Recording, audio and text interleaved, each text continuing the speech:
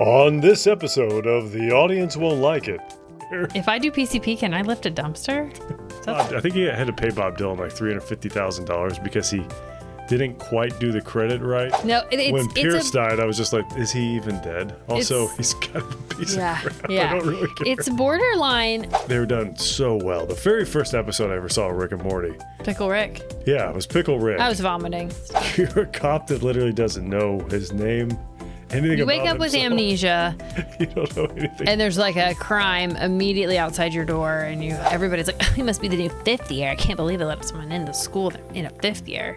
You hear like grumbling Slytherins all over the place. Well, for what it's worth, I do really hate fifth years. So he was referring to, he was waiting in line and his mood ring is going back and forth between greens and blues. Oh, hey there. Hey, guys. Well, that's cool. Look at you go. I don't have my mic set or anything like Captain that. going on there. Captain, my captain. Hey, would you like to hear a little theme song I wrote? I would love to. All right. Let's see. Sing me to heaven. Oh, I'll kiss you. I'll kiss you. I'll kiss your still warm lips to heaven. How's that sound? Wait, is that right? Yeah, we were just playing it, weren't we? We were.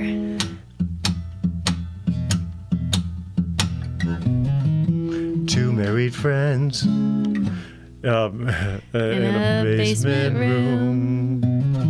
Surrounded by blankies. Blanky. No. Standing in line, remember? Oh, standing in line. With two microphones. That's true. We're actually still sitting now. Oh, crap. More on that later. It. They got in a car crash. She died in his arms. He kissed her lips. 'Cause she was still warm. The audience won't like it. No. Oh, no. I don't think I normally wear headphones. I realized because I usually nail it. That's true. I usually nail it. I feel like we could fill an album with each version of this. It's kind of fun. It's kind of part of the fun, though, isn't it, guys? Here we are. Hey, Welcome guys. to our. We were back. We're back. Hey, guys, we're back. We took a week off. They don't know. But that. we did. We did take a week off that. to explore spring break options. Yeah, we did a little experimenting. A little. The audience won't like it. Rumspringa. That's right. That's right. Do you guys know what that is? The Amish don't have all the fun. That's true, and they'll never know if we talk about it on here. They might. They get a little the bit ones more. The ones that Rumspringa successfully took them away from their culture. Yeah, the Rumspringa ones will know, and then the ones who I would actually really like to know this. It just dawned on me. This full spectrum of Amish living, because when we were talking to our friend Yuri. Yep. He was who's an Amish gentleman, an Amishman, and our neighbor, and he said that because I kind of got an idea. I'm like, because he was saying because they had those little headlamps. Oh yeah. And they were really geeking out on them. They were loving those things, and then they also had a generator powered miter saw. That they were cutting the tile. I don't know what a miter saw is, but some sort of power tool. Yeah, it had the ability to cut at 45-degree angle. Yeah. I think you're onto something with a miter saw. It's a miter saw? Yeah, it's a miter saw. And I was like, well, what? Hey, wait a minute. I don't think you're allowed to use electricity. That sort of thing. I didn't say that. But he explained it to me that they vote on it. There has to be a unanimous decision among the elders of their whatever community is. And so as long as they all vote on it, it's cool. So the headlamps had just recently passed. So I wonder how far up they'll push it. Do you think there's going to be can we vote? Hey, no plugs. Our neighbors, the Shoecrafts, they have a podcast I think we'd really be interested in. Like a panel. We could get a panel maybe they could up. Just vote. Just listen to. You can't listen to anything else. But they I bet the people listening would like to know what they're here for today. You think so? I'm Leslie Shoecraft. Whoa, that one needs a trigger warning. I just killed a puppy that did not want to be killed. I've never done anything like that on my side of the microphone. It's still warm. The puppy, you can kiss it on its lips. Anyway, I'm Leslie Shoecraft. This is my husband, Rob Shoecraft. He's absurd. And we're the co-hosts of a show we made up called The Audience Won't Like It. And they don't, because there aren't a lot of people watching it. Can you believe we made this up? Can you? Is this at all like an extension of like, hey, Mom, watch this? Yeah. Yeah. This is Because basically your mom's the only about one watching. 62 hours of that. Oh, man. But yeah, I did. Hey guys, big news. So it's a lot. Did you say it's a waiting in line podcast? I didn't get that far. Oh, get that far. Okay, so this is a podcast about waiting in line. We're simulating waiting in line because it's a cool thing to do. Everybody loves waiting in line. And you know, when you're waiting in line, sometimes you're with somebody you know, or maybe you talk to the people you don't know. Yeah, now that you mentioned it. And you might, strike up a conversation and talk about like what you're into and then land on a topic. Can we touch people? You shouldn't. If you're married. Oh. If you're a married podcast team. And then what you're waiting in line for is, you tell us about that part. Concert. Yeah. You're waiting in line for a concert. Who are we seeing this week? In this case, we are seeing Mr. Big. And his band. Or is Mr. Big the name of the band? None of their names are Mr. Big. Oh. Actually. Did you not know that? Did you think one of them I thought the lead singer was Mr. Big and he had some studio musicians. Larry Big. Or I'm sure there's a better name out there. What was the movie Big? Oh, what was his name in that? What was his real name, though? Well, Tom Hanks? Yeah, Tom Hanks. Oh, yeah. Yeah. It'll come to me later. Jason Seaver. No, it's growing pains. Hey, I guarantee he experienced some serious growing pains that He night. did in that movie, for sure. Yeah. But anyway, today we're going to cover a little Mr. Big to be with you. Mm-hmm. We're doing the concert, guys. We are. It's a cover. They're not here. That's the secret twist of the end of the podcast. One of them died. I can't remember. He's the no. Not the guitar player. No, the guitar player's still cooking. What's his haircut looking like these days? I guess we could save that for He's got a short haircut, pretty clean cut. Paul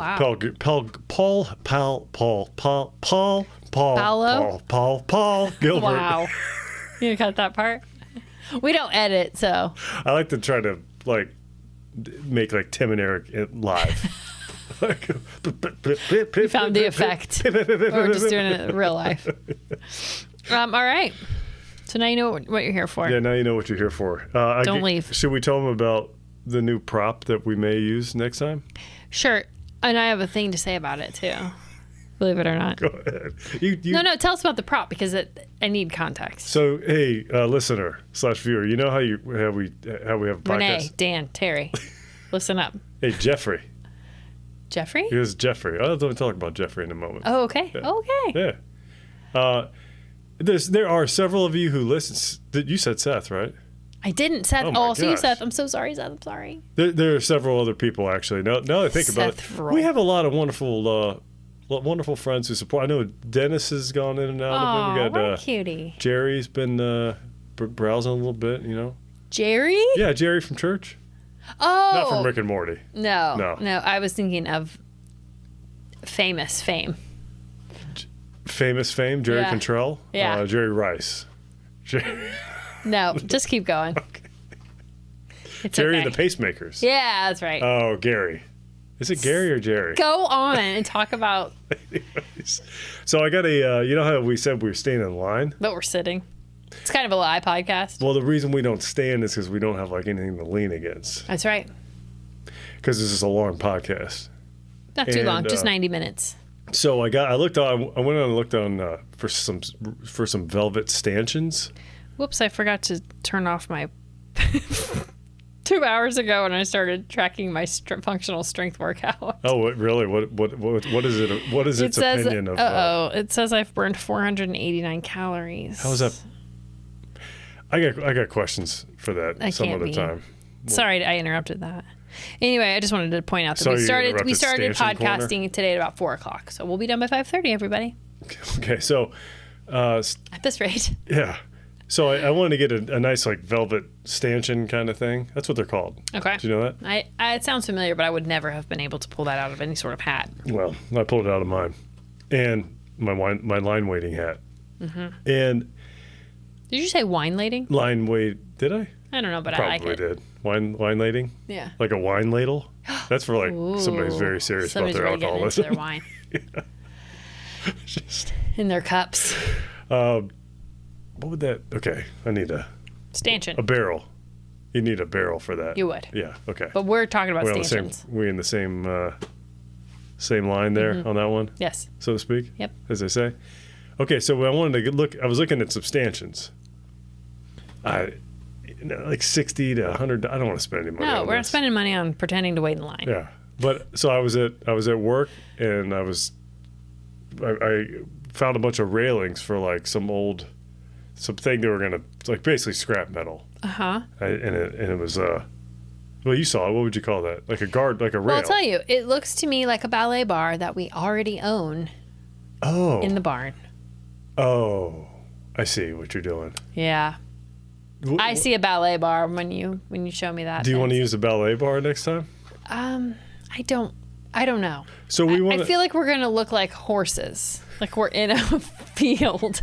Probably, you know what I mean? Like we're centaurs or something. And we're just like leaning on a fence. This is a podcast. I say take it outside. About two centaurs. Waiting in line for a concert. That's great. So have you ever seen the Fallout Centaurs? No, but I have something to say about centaurs later, so please don't let me forget. Sometime. Centaurs are pretty central to today's theme. Can we talk about? Oh, I know what you're talking about. Yeah. Yeah, video games. Yeah. We're gonna have some video games. We're gonna talk about video games today. We're gonna talk about album. Album. Bedtime catch up. Catch ups. Bedtime catch up sounds delicious.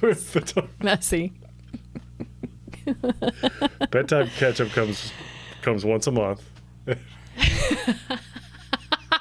That's what? I won't explain what it is or how it's made. No, gross. Okay. Do.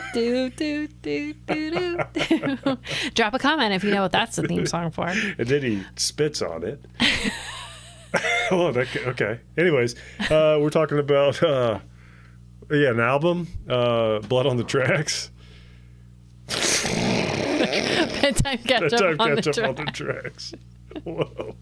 Sweet. It's very meta. It's going pretty well. It's very meta. We don't really have like a main topic per se, but do we ever? We do. We do. But I did treat these topics as if they were main topics. Did you? Mm-hmm. That's pretty cool. Mm-hmm. That's really cool. So anyway. Hey, should we talk about? Let's do a little. So anyway, housekeeping? so we might. Next time you see us, we might be standing at a fence. That's what we were trying to say about that. We may be standing next time. And you can take that right back to work because we have a ballet bar we can use. Oh man, Travis is not going to be happy with that. Travis is going to. No, Travis. If anybody would like a ballet bar or a centaur fence, centaur corral. I know we can get a lot. Okay. So, I released some shorts and got a little bit of traction here and there. We gained 2 more subscribers than lost them. I don't know. What? We went from 34 back to 32? You jerks. You guys were trying to pay bills with this. Yeah.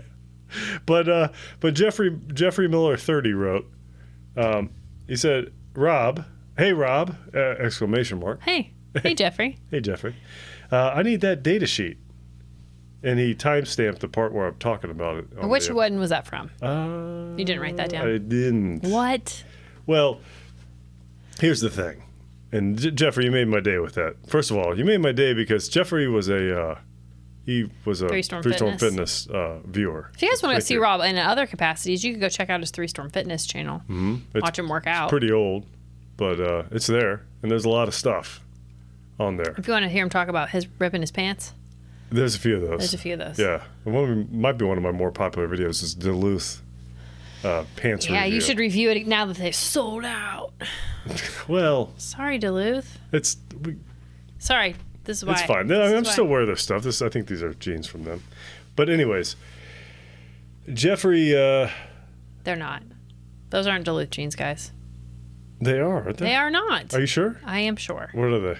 Stand up. They're either Levi's or Levi Strauss. Okay. They're Levi's. Yes, I can see the red Levi tag. Sorry, guys. So sorry. Sorry for those who are just listening. Anyway, Jeffrey. Back to Jeffrey. Anyways, Jeff. So he was a viewer on 3 Storm Fitness. It's the kind of guy who will timestamp stuff, and he makes the internet a better place. That's what I could say about Jeffrey from what I know about him. That's a kind thing to say. Yeah, I appreciate I appreciate him. And I really appreciate that he said he needed this data sheet because I think I need to really make that. Basically, what I said was I want to make a big. Sorry, what is all that? Who cares? Activity. We're hearing. I did want to say there's going to be some in and out activity when people get home from being dropped off from picking up sticks. Talking about like a little bedtime catch up. I am not talking about my mother dropping our son off. Goodness gracious. So if you hear some thumps and stuff like that, you just can know that it's my family, that loving family making noise in the house we all share. Anyway, continue. I don't even know what you're talking about. So Jeffrey's data sheet, right? Yeah. Yes. So basically, what I said was I want to have a big data sheet that has everything we've ever talked about and timestamps on when and lots of other Stamps. taxonomy-driven ways. things. Yes. Ways of sorting. Well, yes. And I think it's a great idea. He said he wants it, and I want it. And I was thinking about, it'd be cool. Like, 2 of 2 people want it. if we... It's 100% of the people. First of all, I was thrilled that he watched like 34 minutes of it to find that section. And then that he wants something that I think is like... I just say stuff like that, and... Isn't I think it it's thrilling cool, when but people like you and they like the things that you like? It's cool. Yeah, that's like one of and the the whole dinners reason you for make them. why I want to do. Yeah, and the songs that you write for them. Yes. Yes. So, anyways, I want to make that. I'll probably start with just a simple list, which isn't that simple because I got to go through what I say 62 hours of something like that, 50 to 60 hours of podcast. I'll never do that. But that's what AI is for. Unless you let me work from home, and and you pay me to do that. But it'd be cool to be like, because right now we say, oh yeah. Well, first of all, we have barely told anybody that we have a podcast, but we say, oh, we got this podcast, and people go to look at it and they're like, I don't know what this is. It's 2 hours. Doesn't look like anything I'm interested in. That's cool. You guys do that though. Aww. Good seeing you. So it'd be cool to point somebody to a source that has a bit more of a. Hey, this is the 7,000 things we've talked about. If you'd like to really narrow it down. Yeah, right. I was just gonna say who. I'm thinking like ultimately growing into like do you remember those tag clouds? We'll talk. You know what? I don't. Okay, forget tag clouds. I'm not much of an internet person. Just more of a consumer than a creator. Okay. Well, no, you're wrong. Objectively speaking. I just ride in your creative coattails. Yeah. Well, it's right Am I down dragging to you the down? mud. Dragging you right down No. into the. You can ride in on me at our concert. What did Atreyu drown in? Was it mud? Yeah, but it was called something. Wait, Atreyu didn't. Artax. Artax. Sorry. Yeah. Sorry. Yeah. I kind of Anyway. wish Bastion did. He's sort of annoying. He needs a name. I could have done She without needs a Bastion. name. Bastion. All right. So are we getting right into It'd it? be really cool if Artax. Yeah. Is that what that is? This is getting right into it. Well, we've been talking for 15 minutes. We didn't talk about anything. 75 We've minutes. literally yet. talked about nothing. We've Except created for a lot Jeffrey. of shorts material. Except for Jeffrey. Thank you, Jeffrey. I think Artax should write in on Falcor. Whoa. At our concert.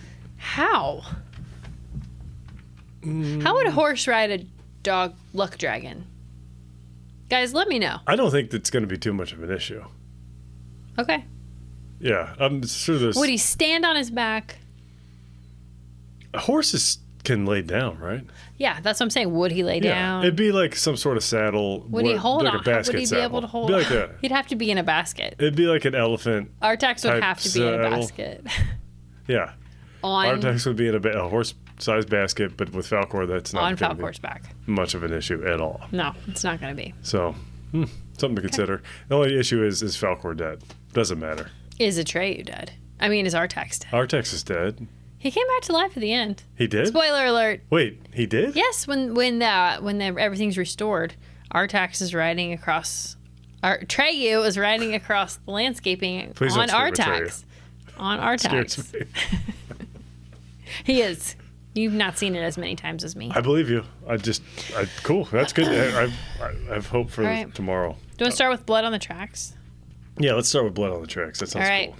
So I was assigned to listen to Blood on the Tracks close to 1 month ago. And I finally did it on and off over the last 2 to 3 weeks. Well, why don't you tell us what Blood on the Tracks is? It's a Bob Dylan album. It's a Bob Dylan. Oh, is it Dylan? It's Bob Dylan album. Bull Evans album. Bob Evans? Bull. Bob Evans wrote this. He wrote in on Bob Dylan. 1975, Bob Evans, Bedtime Catch-Up. Anyway, it's a great album from 1975. You liked it? So here's what you want me to say. Yeah, go ahead. So I wrote, I love busted voices. Yeah. Well, I can't believe I was never a fan of Bob Dylan. He's got one of the busted voices. He paved the way for busted voices. Oh, did he? Yes. Yeah.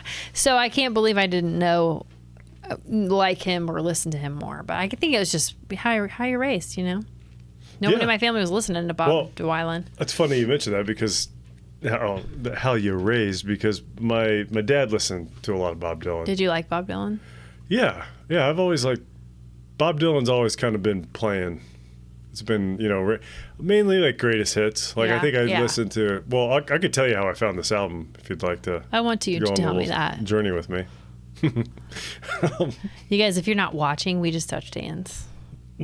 Which, if we had a ballet bar, we'd be doing all the time. Oh, we would be. We'd be doing first position. What's that? Grand battement. Ballet stuff. Pliés. Gosh. Okay. So, yeah, I'd listen to. I think my dad had like Bob Dylan, Bob Evans, Bob Dylan's Country store. greatest hits, and I don't even remember what was on there, but a lot of songs that you'd probably know every one of them. And I think I had like Greatest Hits 3, and I think I had Dylan and the Dead, because it's one of those albums. I used to buy stuff that would, if it was like $4 or used or something, I'd be like, I know those names. I'll listen to have that. this. Yeah, I'll take that. But I hadn't really listened to just a proper Dylan album before. So I was in a CD store with John. SEEDY? No, it was actually a really nice compact disc store. Oh, sorry. Yeah, it was very nice.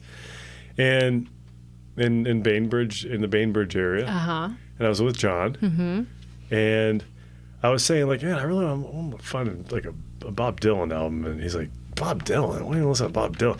And John said that? you would have thought, like the guy who was running the store, you'd have thought we were in like a Christian reading room and somebody just took the Lord's name in vain or something. He's like, hey, you leave him alone. If he wants to listen to Bob Dylan, you let him listen to Bob Dylan. Bob Dylan's fantastic. I was like, You leave him alone. something like that. What'd John say? You leave Jack Burton out of it. That's right. I think you were borrowing a little there. What did John think about that? I think John was scared. And because this guy had a beard. So, oh my gosh. Yeah. And so I said, This guy had a beard. he looked tough. I think he had a gun. He said, In his beard. I said, well, what album would you recommend? What'd you say? In his beard. In his beard. Like Peter with a nest of birds. In or his beard. Doug. Doug was it. Zit, yeah. from There's no Family Guy. beards in that, though. No, that's true. Anyway, sorry. Beards. So, this is a cool story. Really cool story. And so he said, Blood on the Tracks is my favorite Bob Dylan album. He's like, I think it's the best one. I think you'd really like it. So I got Blood on the Tracks and I listened to it and I did really like it. And I'm not a huge Bob Dylan fan. I'm just not. I like him very much. I've listened to a ton of his stuff. He has a huge amount of stuff I have not listened to. Is he Of course, alive? he's in Traveling Wilburys, so I'm a huge nut for that. Is he alive? living? He is. Yeah, I think he's 84. Good for him. He was born and raised on a farm way back in the woods. No, he was born and raised in Duluth, Minnesota, actually. What? Oh. Duluth? Yeah, Everything's he was born coming there. back around. Raised in Hibbing, Minnesota. Oh. Sorry, Hibbing Knights. Is that why he talks like that? 1941 is when he was born. I need to hear his speaking voice. Do you need to? You can. It's accessible. I'm going to have to look that up. Yes, I do need to. So you like before this album, had you ever intentionally listened to Bob Dylan other than Traveling Wilburys? Really? Never. Really? Really? Wow. He's got some good stuff. Yeah, I know. Can I talk about the Because three? this is funny because this album is not even, Like a while big it one? is definitely one of his most popular albums, it's kind of like a comeback album in a sense. Like he had 3 massive albums and he was just absolutely on fire. And then he got in like a motorcycle accident of some kind. And he was going through all this crap with his wife. He was hanging out with this. I'm seriously skipping a lot of stuff and generalizing and whatever. But he was this painter, Norman Rockwell? Norman Rockwell. Nuh-uh. No, it wasn't Norman Rockwell. It was, I'd love to find it. Norman something or other.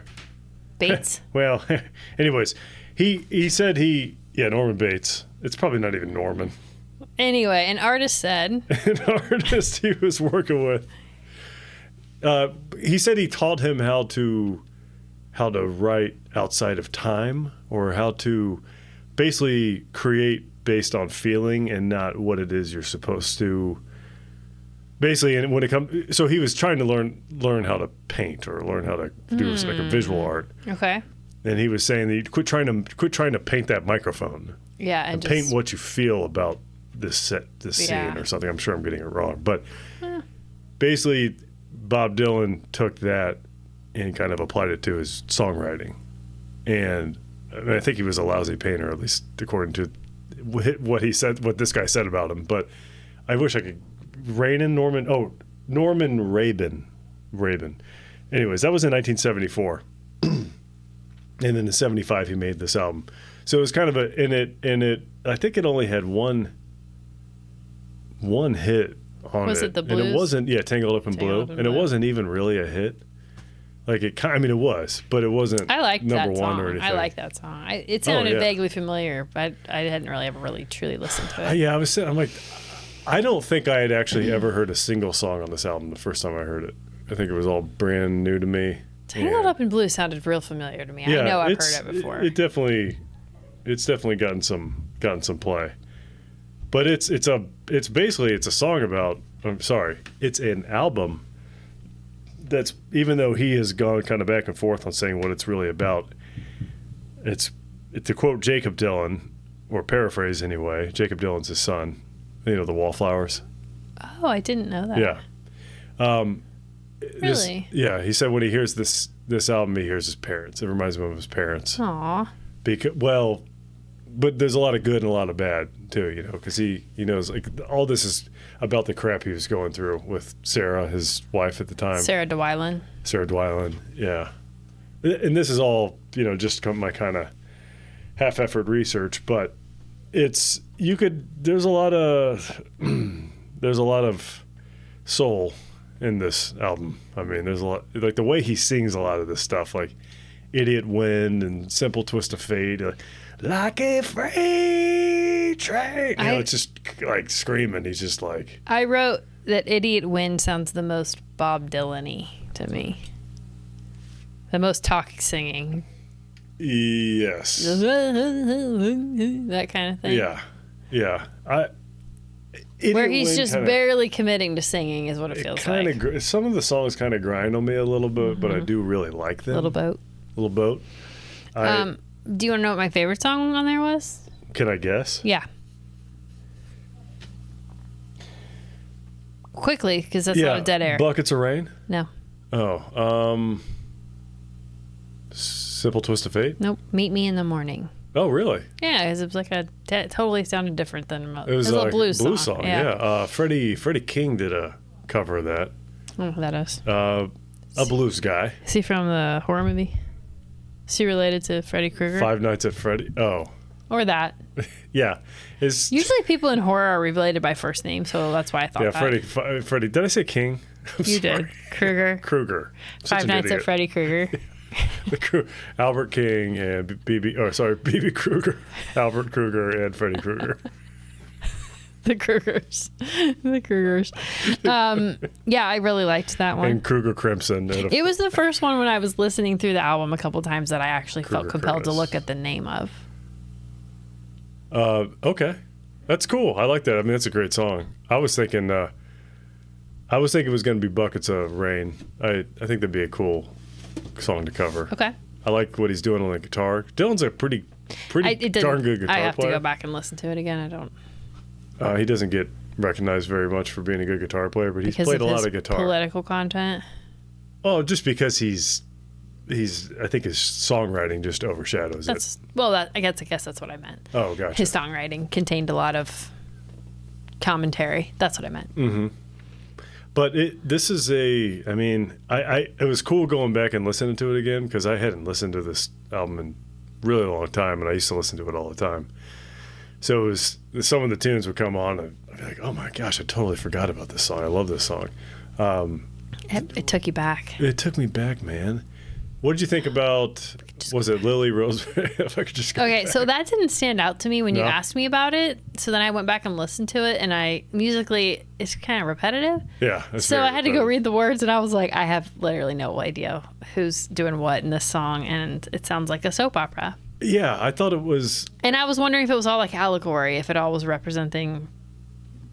Do you know what I mean? Yeah, I think it's just kind of a tale. story. It's sort of like a Western. Yes. Well, did they say words like saloon in it? Yeah. That was probably why I thought it was a Western, too. I like the characters, and then I like the story, which is really, really the reason it's kind of. I asked you to, have an opinion on it was. Yeah. Number one, it's a 9-minute song. Right. You know how I like those.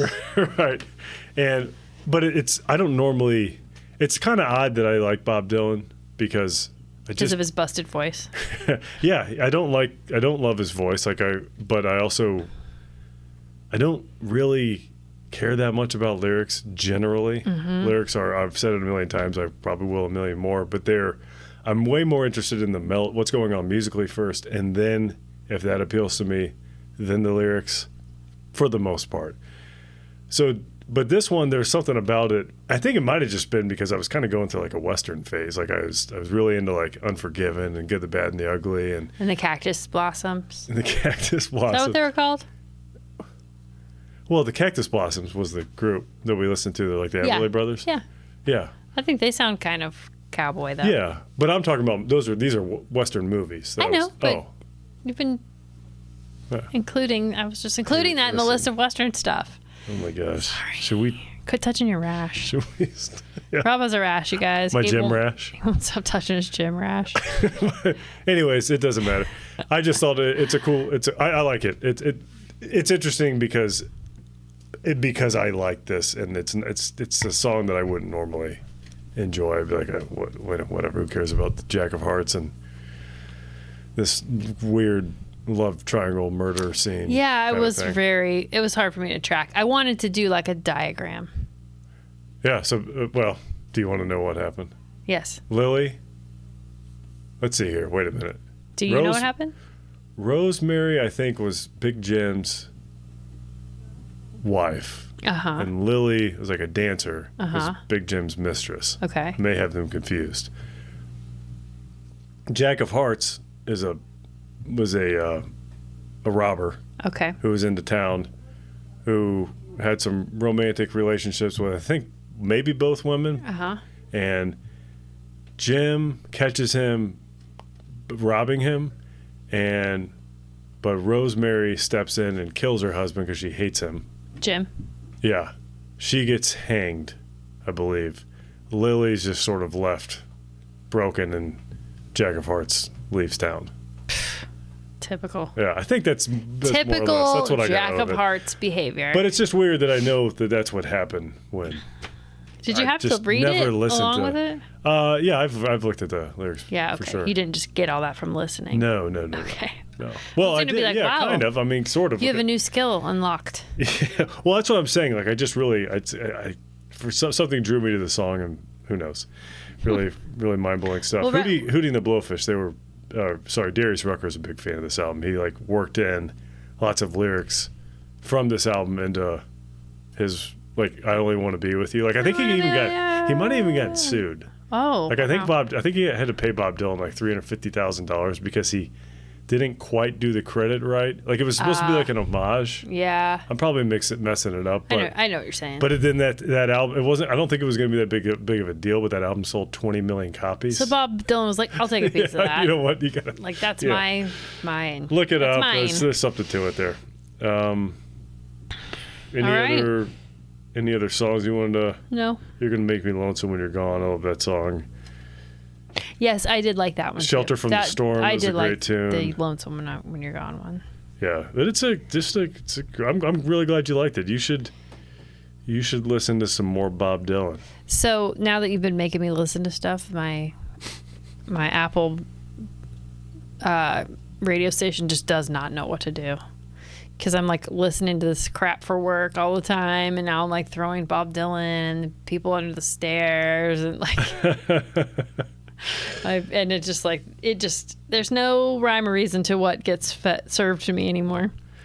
It's how do you feel about it? It's fun. I like it. Oh, you do? Yeah, for the most Yeah. part, because you can skip stuff. So It's kind of cool. This was an album. Sorry to just Go back to it again? To go back to it, but it, like I said, it didn't really have any hits on it, except for said that. Tangled Up in Blue. But it still sold, multi-platinum. well, people like their Bob. They do, their but Bobby D. I think it had like some immediate commercial success. Where I don't know. It's just kind of is that a thing anymore? Are there even albums anymore?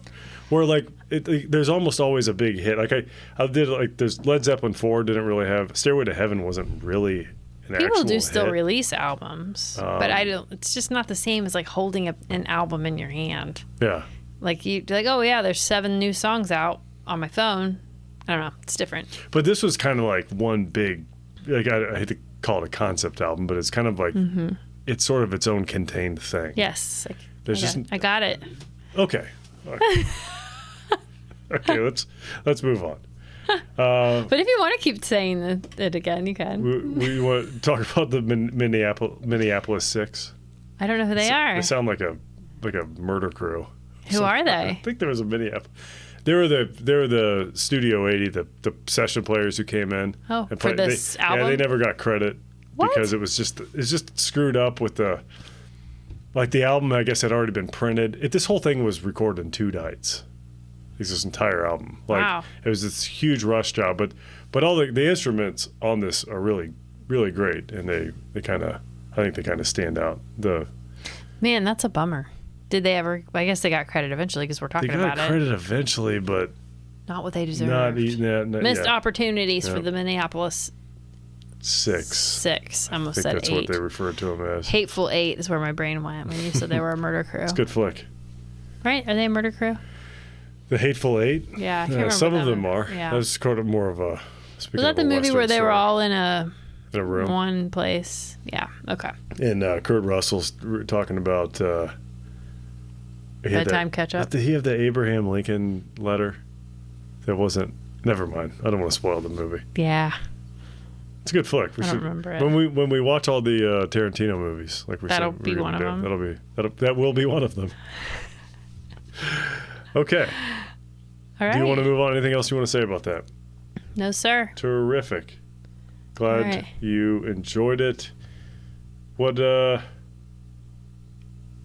wanna finished. Oh, go ahead. Go ahead. Well, I finished A Little Hatred. Oh, good. That is the Book you've been working through. the book I've been working through. Joe Abercrombie of the Mind of Madness trilogy. It's basically in the same as the First Law universe. I love that book. It's great. Man, he's such a great writer. Like, he moves in and out of. He does this thing that I think you will like, where number one, he will do like first person, third person. Sometimes you could hear their thoughts. Sometimes you don't know what their thoughts are. Sometimes they'll have conversations with themselves. Sometimes it's just like completely third person. So it's hard to keep track of. Sometimes, is it not? well, no, that's the thing. He makes it work so well. He goes in and out of all these different voicings and perspectives. Sometimes it'll even be like a scene is playing out from this person's perspective, and then he'll backtrack like 10 seconds. And you see it again. And you see it again I've from read this person's. some books where they do But stuff he makes like that. it work so well. But he does Yeah, this. that's cool. But he'll do this one thing that I love that's kind of sort of related to all that, where let's say there's two characters that have been really pretty well developed, and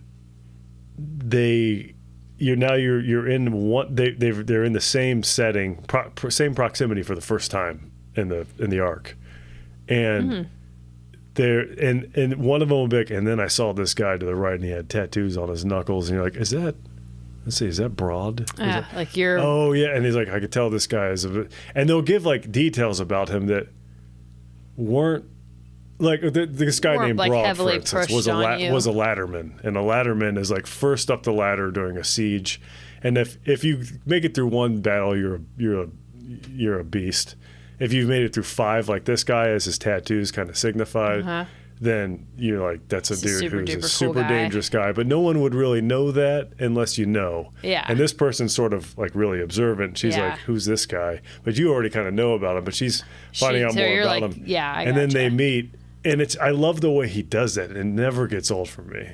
Where, you know what I'm talking about? I do, yes. Characters introduce themselves. But that's great. Great book. Highly recommended. I'm looking forward to I'm giving something in the middle. I almost started the next one, but I decided to started listening to oh crap, what is it called? I don't know. It's called The Wisdom of Psychopaths. Oh. Have you heard of that? No. Is it different than the CEO one about psychopaths? Well, it's.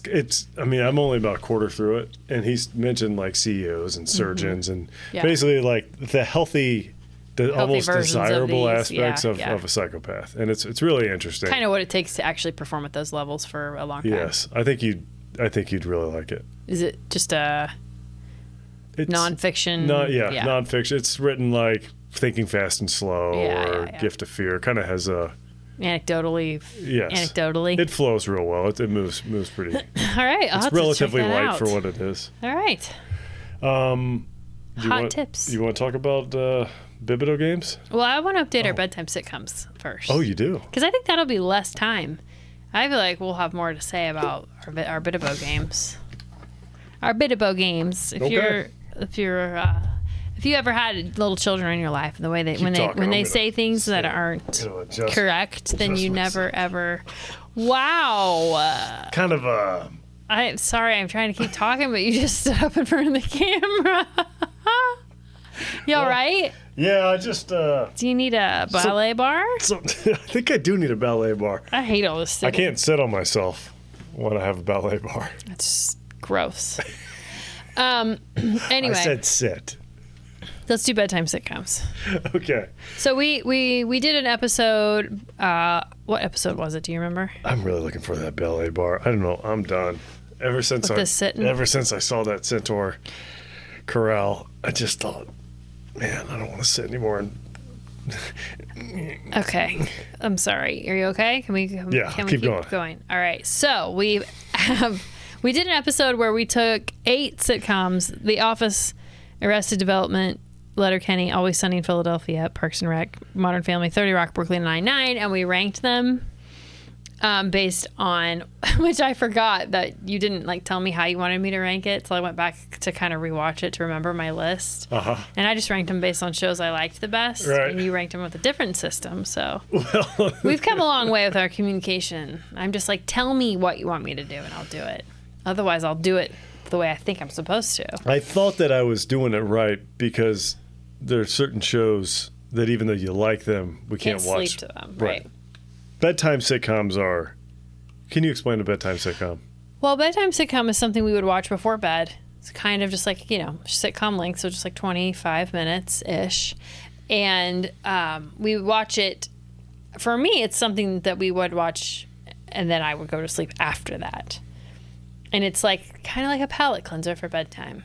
Yes. Yes. Nice. So that if you watched a scary movie, then that's not the last thing in your head. No, it's just like a very much a good bedtime something you can totally detach from. You don't have to follow a huge involved storyline. It's not complicated. A comedy sitcom. If you've ever watched one, yes, then you know. But we covered quite a range. We did. And there were some, we if you want to go back and listen to it, it's episode 8, I believe. Okay. And, I put 30 Rock as my number one bedtime sitcom. That does not mean that 30 Rock is my favorite show among all of these. I liked Always Sunny and The Office more. But I still rank 30 Rock higher because it was so light. Like, once you watch it, it's pretty much out of your head other than some funny quotes. You're not like, wow, that was Invested pretty dark, or that was... Yeah, I got you. But we didn't have that discussion the first time. I did not re-rank my stuff. I just thought it was inherent in what bedtime sitcom was. I just thought we were ranking out of the ones we've watched. We've like you said, come a long way. So we have 2 shows that we've completed since then. One is Community with Joel McHale, Chevy Chase, Donald Glover, Danny Pudi. Keith David's in it. Okay, you got Jong, is that how you say his name? Yes. Alison Brie, is that her name? Yeah. Jillian Jacobs or Gillian. I think it's probably Jillian. Yvette Nicole Brown, Chevy it might Chase, be Gillian. Jim Rash, Ken Jeong, Jonathan Banks. I love Jonathan Banks. And Keith David. Which one was Jonathan Banks? Mike from Breaking Bad, or oh right, like he came in the end. Yes, like, he kind of replaced Chevy Chase. Yeah, he was on for like a couple seasons. Yeah, and then Keith David kind of replaced him. But Keith David's great too. And then one that we talked about before, Paige Brewster was the other one. One that we talked about before, but we did not include, which was Rick and Morty. And then we just recently rewatched season 7 and then watched season 8. Right? Yes, I think caught up. So now with we're the caught most up in recent, real time. Yes. Do you know what's funny about those 2 shows? Why? What? They're both written by Dan Harmon. Oh yeah, I knew that. Yeah. Which one's the one that got in trouble? Justin Roiland. Yes. Oh, Justin. Dan Harmon was not pleased with his buddy Justin. With his friend Justin's behaviors. Probably not. No, I don't know why he wouldn't be. I don't remember what they were, but I think he was some domestic abuse, or he was pretty legit. Yeah. Okay. He got in some trouble. Good? Good. It's good. Glad that happened. Glad he got in trouble. So my rankings were 30 Rock, Always Sunny, The Office. Sorry, this is going from number 1 to last. 30 Rock, Always Sunny, The Office, Arrested Development, Parks and Rec, Brooklyn Nine-Nine, Letterkenny, and then Modern Family was last. And yours was The Office number 1, Arrested Development 2, Letterkenny and Always Sunny were tied for 3rd or 4th, whatever you want to say there. Parks and Rec was next, then Modern Family, then 30 Rock, then Brooklyn Nine-Nine.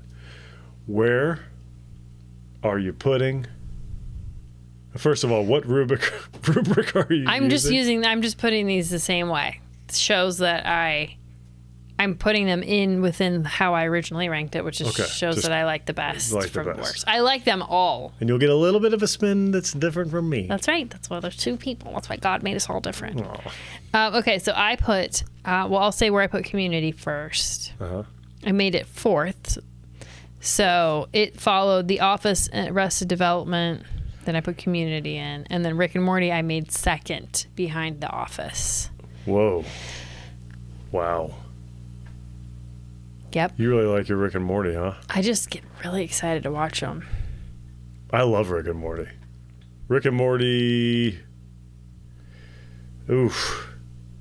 I don't know. I might want to move Community below Letterkenny and Always Sunny tie, but they're all kind of right there together. For me, Parks Rec, Modern Family, 30 Rock, Brooklyn Nine-Nine, they're all kind of like, they were great, but I don't ever really care about turning them back on. You could sit there and just rewatch Rick and Morty's. Everything from Always Sunny back up to the top, I would choose to rewatch. So now we got the rewatchability factor. We hadn't talked about that, but it's a great. Things are always it's a new evolving. List brewing. Things are always evolving. So yeah, that's where I put it. Rick and Morty 2, Community 4. Rick and Morty. Okay, so if I were to pick, and you can use your same rubric that you chose the first time. Just to let you know, there's a very good chance, if I give it a little more thought, Rick and Morty might wind up being my number 1 favorite show of all of these, just because the sci-fi is it just scratches an itch. Yeah, it's super funny and not. It's like doesn't even care that you think it's funny. Yeah, but it is. Yeah. I just love. Oh man, I love everything. I love everything about it, but the thing about it is that there are some episodes that are like that are really heavy. dark and heavy. Mm-hmm. Like, you know, like the Suicide Spaghetti one. Yeah, I forgot about that one. When we watched it again, I was like, this one I would not probably rewatch. Or even the one where they go to like the fairy tale land where they were with the giant land. Is that where Morty gets like molested almost molested in the bathroom and by a jelly bean? And Rick delivers some vengeance there. I do like that. Well, I think Morty beats him up, and then and then he pops right back through and just destroys it. Or the one where he lives that whole life inside the simulator. Oh, you know, I love that. And he gets out, and it's been like 2 minutes. Yes. And he's like, they went back and did a whole entire episode on that. First, it was just like a little vignette kind of thing. Yeah. And then they went back and did it wasn't a complete episode? Seems familiar. I'm just going to agree with you because I don't remember. What was the name of, because that might have been the episode that had Angela during a gunfight. You know the song Angela? Yes. The taxi theme song? Yes. And they even like, hey, kids, so they don't know that the Angela song really slaps. I was like, yes. And then they have like a big, because there's a pretty much. Did you write in? There's pretty much an epic action scene in every single episode, at least one, which is also cool because they're really done well. Like, they were done so well. The very first episode I ever saw of Rick and Morty. Pickle Rick? Yeah, it was Pickle Rick. I was vomiting. And yeah, that's right. I saw, because I was on IMDb, and I was looking at the best shows of all time, and it was like Game of Thrones, Rick and Morty, and I was like, what the heck is Rick and Morty? Yeah. And I looked it up, and then that night, I turned on Adult Swim while you're hurling, and Pickle Rick was the first episode that came. And I was like, I watched it, and I thought, oh, this is why. This is for the me. Second best show of all time. This is for me, Pickle Rick. This is just for me. But Pickle Rick, of course, is like probably the most famous episode. Yeah. But it's Pickle Rick. Phenomenal. So I would put now Community was really great. The highs are incredibly high. Like seasons 2 and 3, the whole Troy and Abed thing was that developed kind of out of nowhere, and it was wonderful. Really good. Yeah. Really good. And you always wanted to stick around to see what happens. You know, the after, like the credits. Yes, the Troy and Abed same in the with Rick and Morty too. In the morning. Yeah. Yeah. That's kind of a lost art these days because I feel like a lot of shows used to have end credits, stuff like that, and now it's like fun. It's like an Easter egg. Yeah.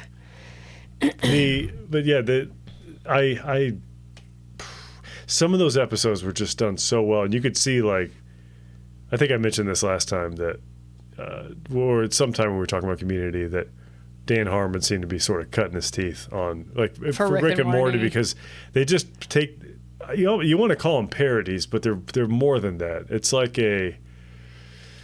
something between an homage and a parody, and just its own original thing. Yeah. And he does that so many times. It was like, and the way they used to title him, he still titles him this, but like some Rick Morty variation of Rick to the Morture or something like that. Right. You know, it's like, okay, they're spoofing Back to the Future. Got it. But actually, this whole thing started was like a elaborate Back to the Future joke, kind of like what short. Did? Rick and Morty? Yeah, it was like, I think Justin Roiland might have come up with the concept, and I don't know. Anyways, I would put them, here's where I'm going to put them. I'm going to say not Modern Family, sorry. Community. I was actually going to put Community higher, just because even though I like Rick and Morty much more, you're less invested in Community. Community, doesn't tug your heartstrings quite. Not at all. Like that. I mean, like even. No, when Pierce died, I was just like, is he even dead? Also, he's kind of a piece of crap. Yeah. I don't really care. It's borderline. They kind of even allude to it in the show. Like, they're all kind of jerks. Yeah. Like, none of them are, like, great people. Not quite as much as, like... Game of Thrones. Always Sunny in Philadelphia. Right, yeah. Actually, we were talking about A Little Hatred. Very much Game of Thrones style. Oh, okay. If you like Game of Thrones, you should... Read that, all those series. But anyways, I think Pierce would be a great Always Sunny character. Yeah, he kind of basically is one. Yeah. And I think the thing that kind of screwed up, my least favorite thing about Community was like all the Chang stuff. It just got... When he was not a teacher Sometimes anymore. it was funny. But, Yeah. dude, when he's like taking over It just felt forced. this college and everything, it's just dumb. That was my least favorite as well. Tired of that. I also did not really like it when Troy left. No, me neither. I kind of always thought he'd pop Come in back. every now and then. Yeah.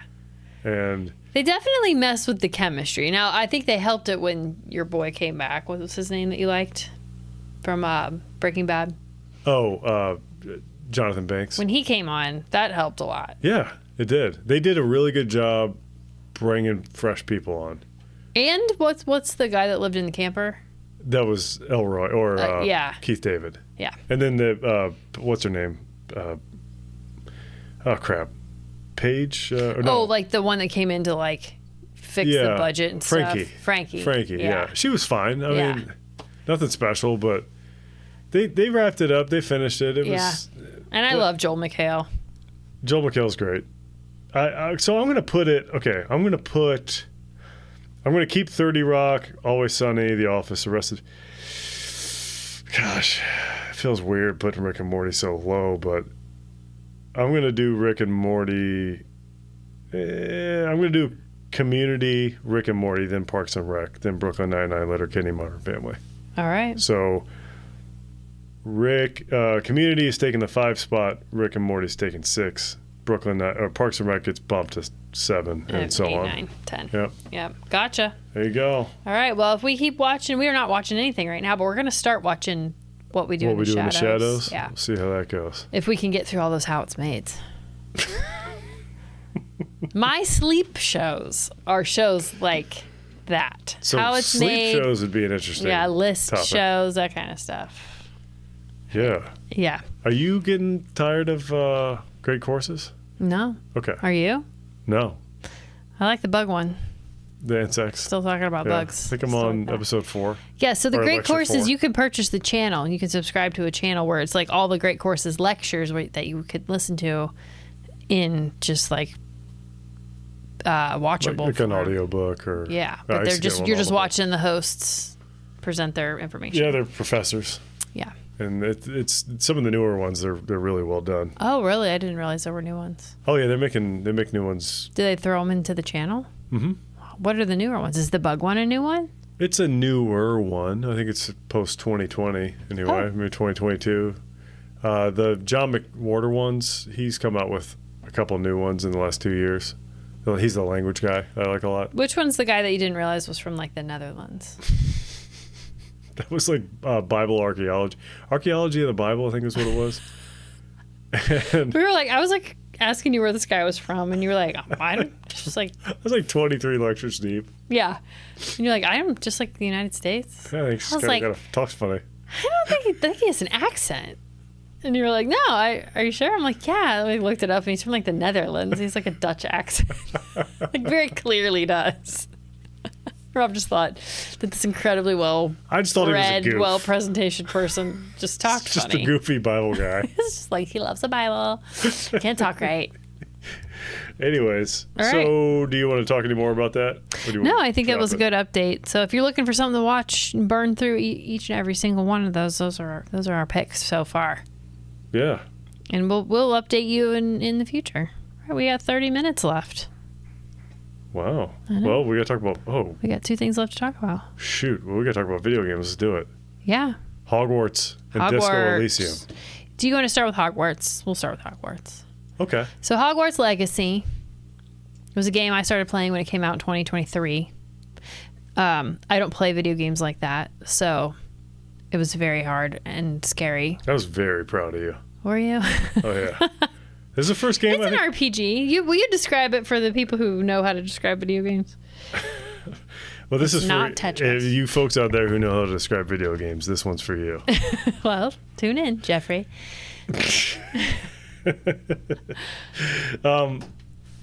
What Hogwarts is? Yeah, it's like an RPG, but yeah, it's an RPG. It's a role-playing game. So you create a character, Mm-hmm. and you play the game as that character. You can actually literally create any type of teenager. You're I a guess? teenager. You're a fifth year. You come in as a fifth year, which is part of the storyline. Everybody's like, "He must be the new fifth year. I can't believe they let someone into school in a fifth year."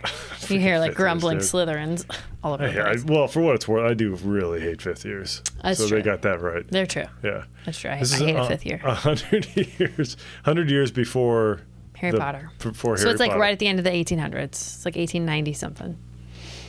And so you got a little bit of some crossover. Like there's like a Weasley in it or something. Yeah, there's a Weasley's one of the professors. There's Black as the headmaster. Sirius Black relative, I'm assuming.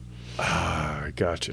There's a couple other drops like that you pick up. But anyway, what I wanted to know from you is it a lighter version of an RPG? I wouldn't call it like a heavy RPG, but RPGs really... Well, just keep this in mind. Disco Elysium and Hogwarts are both of the RPG genre. Very different games. Very different games. Very different. Hogwarts is live action. You're controlling the camera. It's, you got basically twin axis controls, which that's the first game you've ever played like that, isn't it? So that's a huge milestone right there. So there was a lot. Yeah. So as someone who doesn't ever played that kind of, I'd only really ever played side-scrolling games and puzzle games. People who've been playing video games since, well, let's just say Half-Life. So like late 90s, which would be like the first game to really incorporate that. And then after that, no one looked back. Was that? Forget what it's like.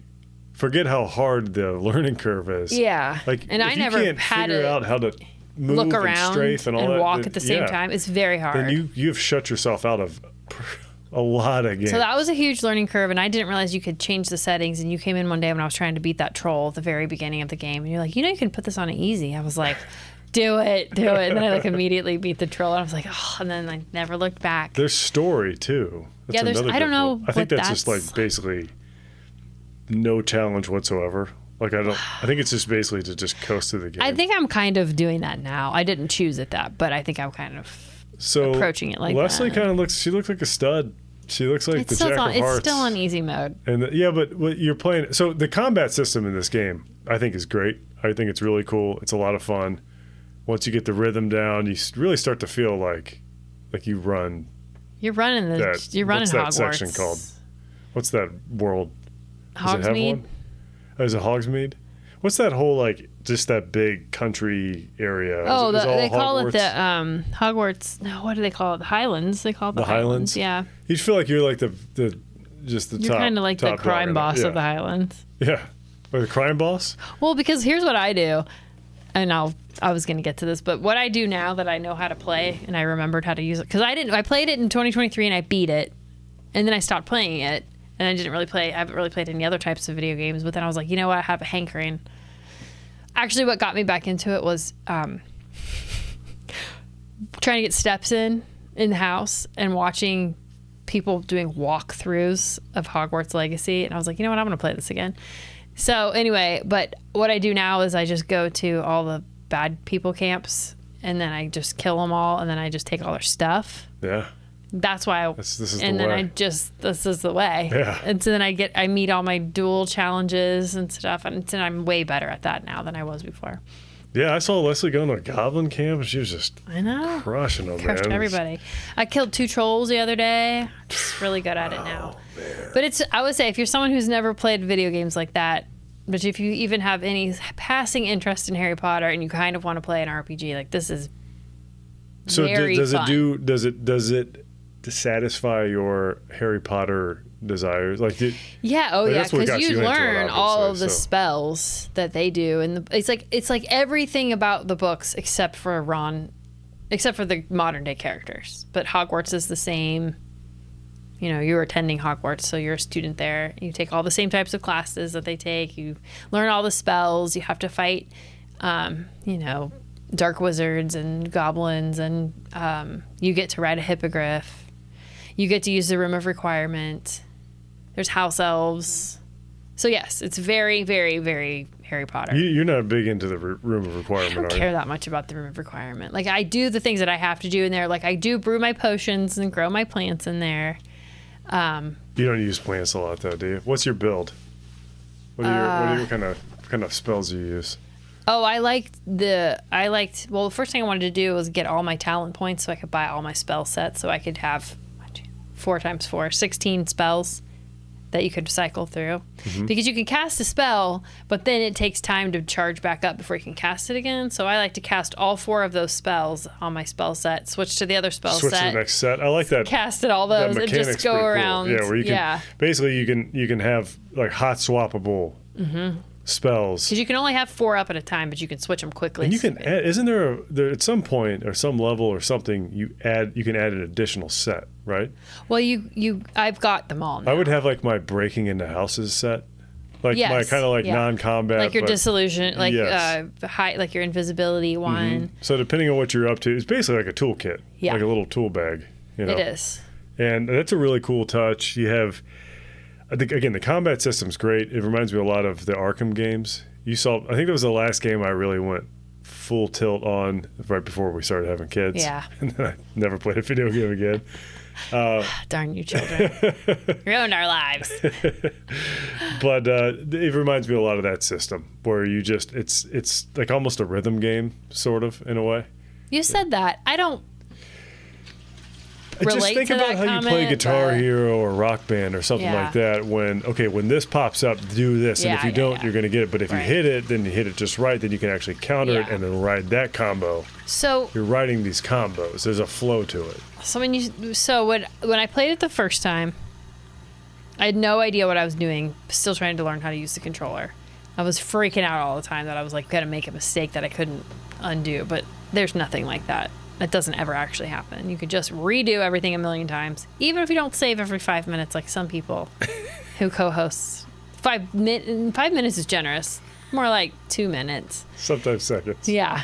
I'm a save guy. So it's very, very user-friendly, very entry-level if you're someone that wants to play a video game. Or maybe you want to play a video game with your family. You guys can all have characters. There's a couple things I don't love about it. Well, I was wondering, now that I'm playing it again, there's a lot I want to talk about on it, but we don't have to. But, well, feel free, but let me just say this. Now that I'm playing it again, it's the same game, so the same quests, essentially the same game. You have to play it the same way to win. But now that I know that, I'm like not quickly moving through the assignments. I'm just kind of doing a lot of my own thing until I get to a point where I can't because I have to go back and complete an assignment. But I will say, you're going to like this. It's a little linear. It's a little linear. Yeah.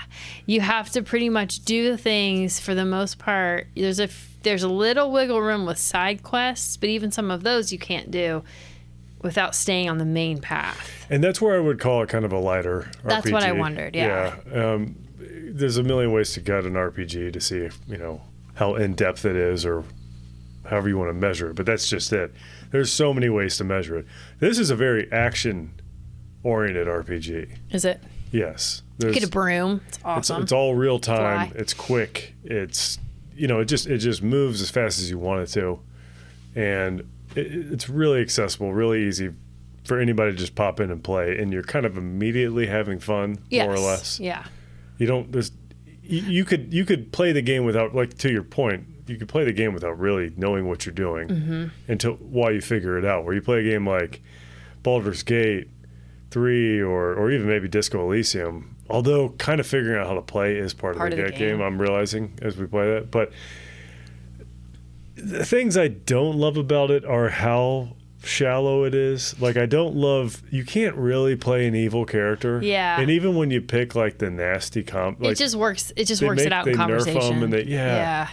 And I don't, there's a lot of immersion breaking stuff in conversations where it's like, I beat that crap out of that girl's record. So I do all the Rob does all my time trials on the broom. Time trials for flying races. I beat this girl's time by like 45 seconds or something. And she's like, beginner's luck, whatever. And it's just, come on. They should have a separate, just an extra script. Like if you beat them by 20 seconds, then they're like, okay, well. Yeah, I wish games would do stuff like that. Well, and then there's also like how clunky it is when you're trying to, you can do a lot with capturing magical creatures, but it's really hard to capture them. The controllers aren't Like the way they have it set up, because like they have a cool. It's kind of fun to unlock doors because you have to use the joysticks at just the right place until they both like vibrate until it unlocks. So it's kind of fun. And like when you're learning your spells, you have to, it's a neat little mini game kind of. Yeah, but like getting the beasts, it's like impossible. It's very hard in comparison to the rest of the game. Like I never mastered that.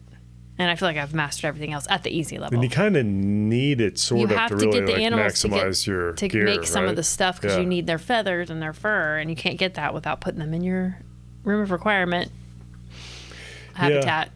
Yeah. And you made another point where, okay, you're catching these animals, they're running from you, but then as soon as you get them in your room of requirement, they love you. Yeah, they let you play with them. But there's no real lore to explain it or anything. It just, that's not that big of a deal. Nitpicking for sure. But the stuff that I didn't like that, I don't like that there's just some big plasma wall that's stopping you from going further into the highlands. Some of that is unlocked as you go. Some of it you can't do until you've completed something. I know, but then, like, I tried to fly across the ocean the other day, and you hit a plasma wall. But they don't say anything like, I wish they said something, just some little snippet that just said, Students can't go beyond this, so we've erected this. Yeah, make it like part of the source game. Of that's growing, or just work it into it so it's not just some arbitrary stopping The other point. thing I don't like is if you happen to encounter things in the game that you haven't yet encountered as part of a quest or something, they just act like it's part. Like I was like in the middle of, I like came upon centaurs fighting with spiders or whatever. And like that stuff's cool. I killed everything, and then the centaurs don't interact with me. You cannot talk to the centaurs. So then I started following them, and they just keep going until I finally got bored. But they don't turn around, like you can't talk to them or anything. But then later on, there'll be like a quest where you have to talk to a centaur.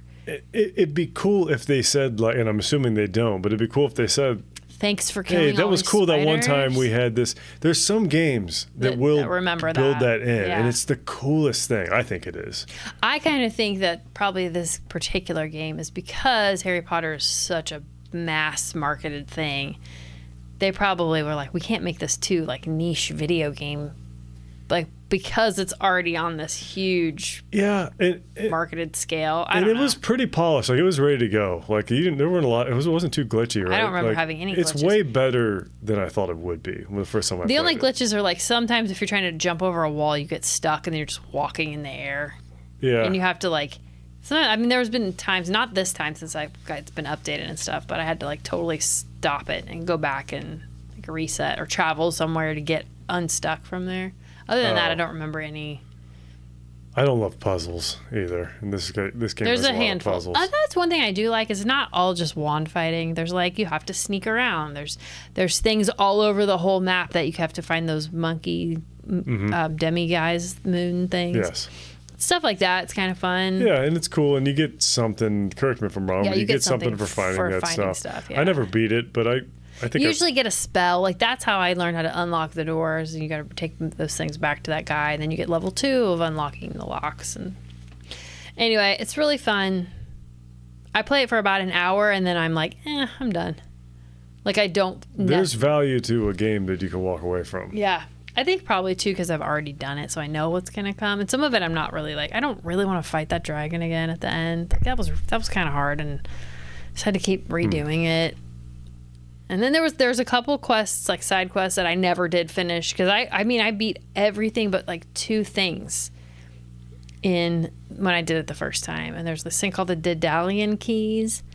I literally cannot find the last one because it's in the castle, and I cannot figure out the map of the castle.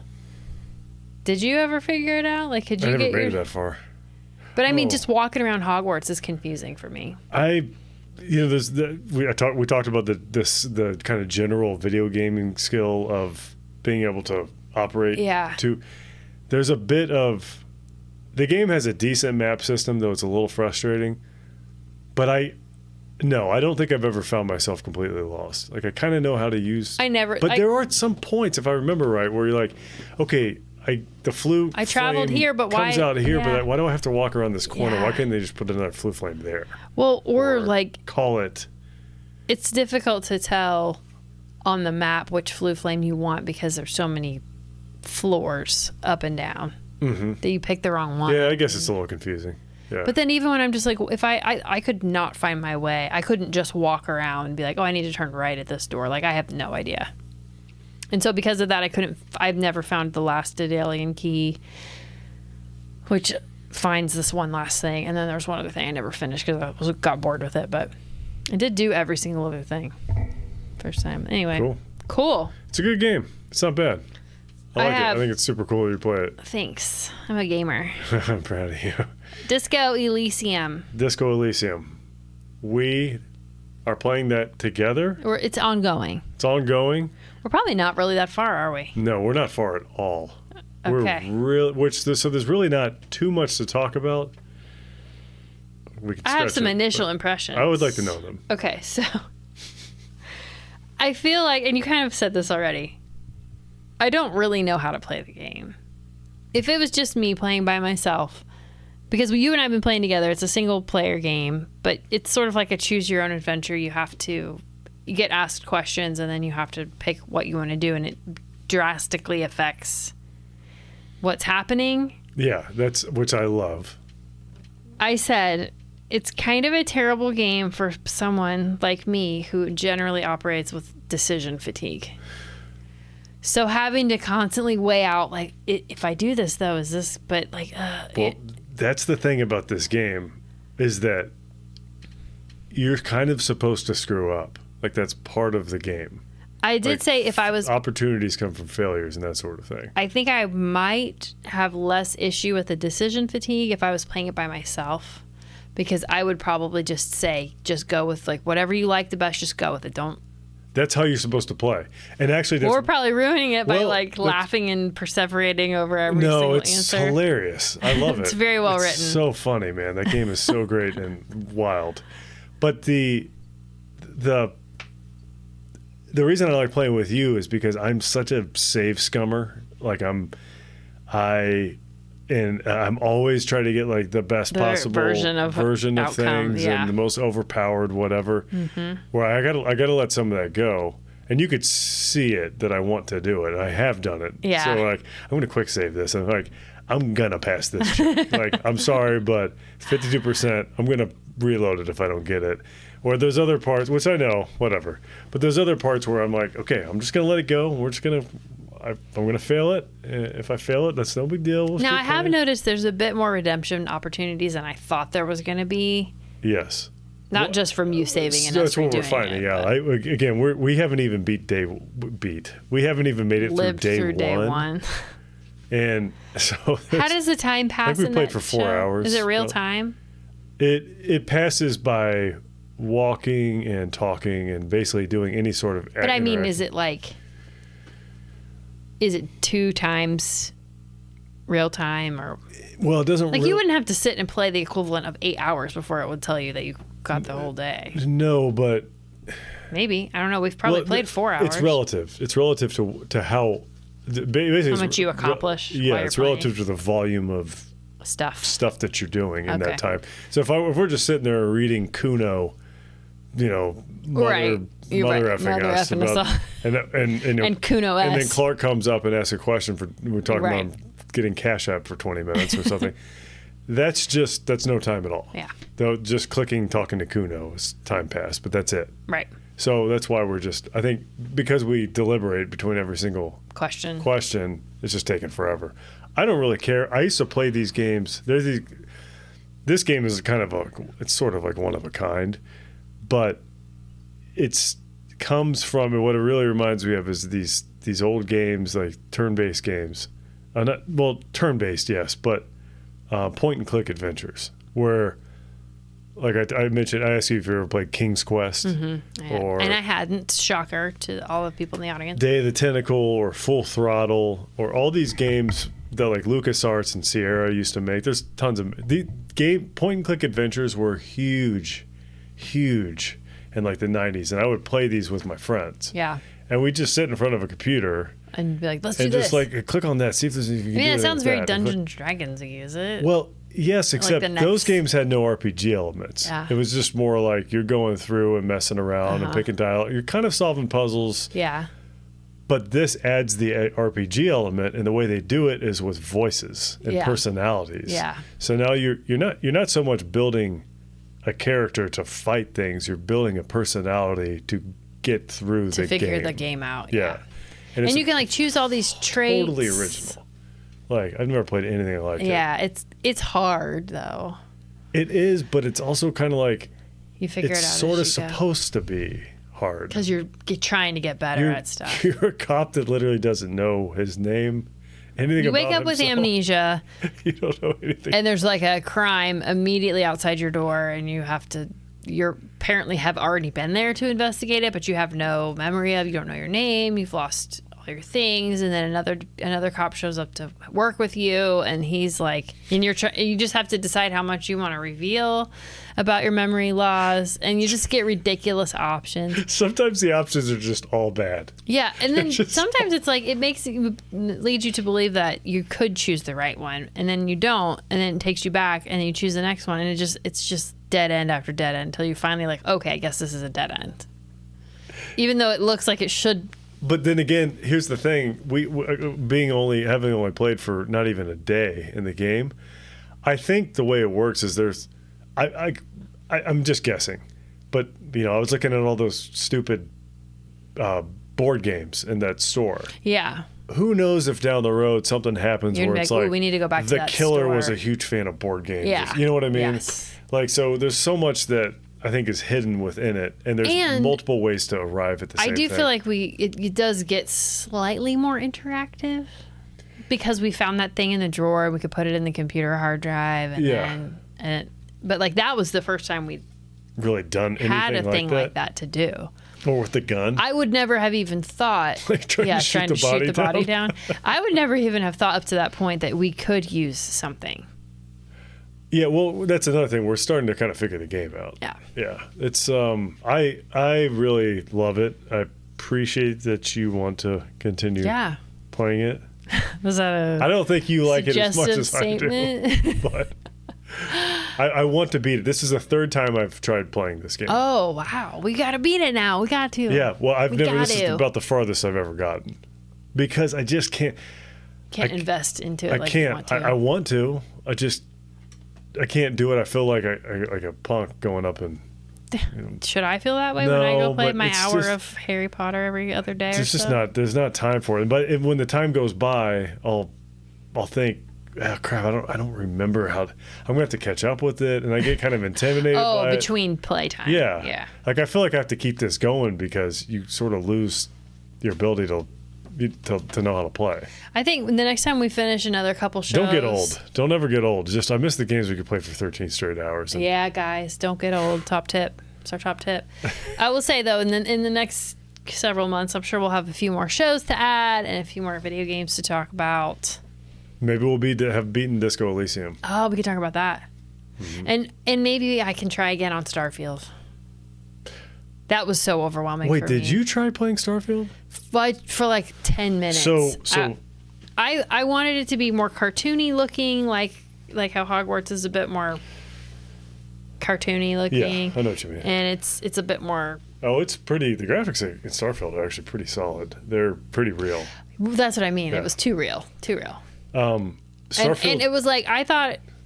I had it in my head it was going to be like Ready Player One. I was going to like go to a nightclub immediately and like, I don't know. I just thought it was going to be completely different. A bit more, well, they just released a huge update. Yeah, that's and what it looks, they've cleared up a lot of problems that I had with it.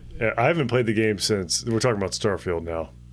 So I haven't played the game since the launch week pretty much. I mean, I played it, that's not true, launch month. I think I got like 30 hours in, and I was just like, I like this, but there's so much. Not yet.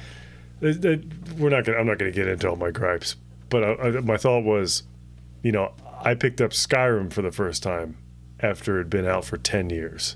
So by the time I played it, it was it was this masterpiece. Well-crafted, yeah, all these modders had done these crazy things. So I'm like, I'm gonna take 2 years off of Starfield at least, see what develops. They've fixed a ton of stuff since then. So I really do want to get back into playing it. So maybe if you guys stick gotta around, be disco. we will do it. We will. Okay. All right, we got a few minutes left. Let's cover our song today. We played To Be With You. To Be With You by Mr. Big. By Mr. Big. The band, not the individual. Not from the movie Big. From the game Narc. Oh. We should play Narc together sometime. Okay. Sounds like I would hate it. I don't know. The look on your face. They're their wands. It's a late 80s, early 90s game where you're two drug agents, like DEA agents, and you drive a Porsche and you got machine guns. You just blow up. Sign me up. Every I love cars. This game, Narc, was completely ahead of its time, or behind the time, depending on how you look at it. I cannot believe this game was just like in a Pizza Hut. Like there would be. Was it terrible? PCP. Like every stage features a new villain. So like the first one is like these creepy dudes in trench coats who throw like they have like Coke or something, and then there's these dudes who throw syringes, and then there's these guys high on PCP who throw dumpsters at you, and then there's like these like pedo clowns, like murdering clown kind of guy, and it's hyper violent, guts flying everywhere, cocaine everywhere. It's like it's like sponsored by Dare, but somehow also. It seems like super like cool. Like Dare. If I do PCP, can I lift a dumpster? That's my takeaway. I think so. Yeah, that's PCP looks cool. All right, To Be With You by Mr. Big. Yeah. So I'm like, how did we start? I don't remember, but Narc? because Narc. Mr. Big, I think, was the main boss. Okay. If I remember right. Okay. So this was, I haven't always liked this song. I haven't always known about this song. Remember when we did it together? I do. Oh, I have that CD somewhere of us doing it. Do you? Yep. We did it at the students at Baker Center? Yeah, the Baker Center. And that was, I think I'd been playing guitar for like kind of like couple years. 2 years maybe. Well, you were better than me. There's a point where like playing because this song starts in C sharp minor. Yeah, it's not the easiest key to play. That's a bar chord. It's a bar chord, guys. And it's just like take everything for me to do that, and then you got the B also, and that's a bar chord. It is. Right, and that doesn't have to be, but it's unless you want to do a B. And the stuff that was going on the bass line with the. Yeah. Like that was tricky. It's the first time I ever played with my. Don't get us fired. I won't. I'm spacing play too it out. much. First time I ever played with my thumb, kind of having to hook the thumb while you play that. I didn't play the solo, and we didn't do the key change.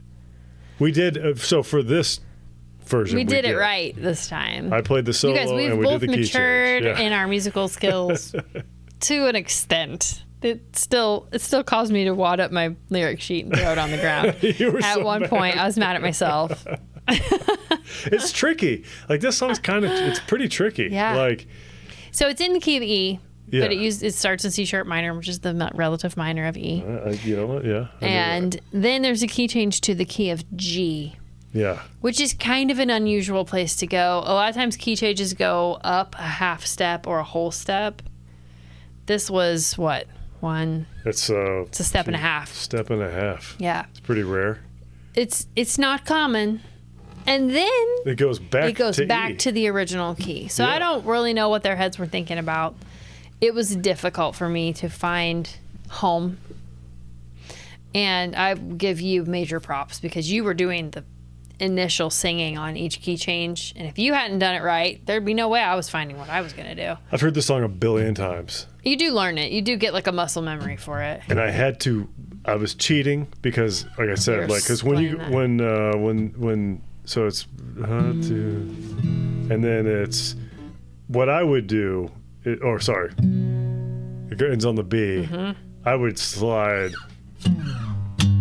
Yeah, so you can hear you started on the G, right? Yeah, but I would slide into it. That way I can hear it, and then I can start singing it. But so you start on the high G when you slide, myself. Right? Yes, up here. Yeah. Yeah. Yeah. Yep. Yes. I started the song that way too with a. Yeah. I like those slides. Mm-hmm. You're a big slide man. I do cool. Like them too. They serve a purpose. If you do them wrong, but they kind of hide. Cheat, yeah. They hide my inability. They're like the pedal on a keyboard. They hide the fact that I don't have perfect. Your sustained pedal on the piano hides your mistakes. Really? Oh yeah. Okay. Heck yeah. So, Because it gets a little muddy, the sustain pedal. You can let it get a little muddy, and then your mistakes can kind of disappear. But if you're not using the sustain pedal, everything just stands out in clear, naked air. You can hear mistakes better. is it like playing a guitar clean versus with a lot of distortion and Maybe. probably? I don't know enough to say. So this is the first this solo. So I think I had heard this song at some point prior to college, but freshman year of college, sitting in like the dorm general area, whatever you call that, talking to this dude who was playing guitar. I don't remember his name. I don't think it was like Sean or something. Really nice guy. We love you, Sean. I hope you're listening. Possibly. His band was called Future Me. Oh, I like that. Yeah.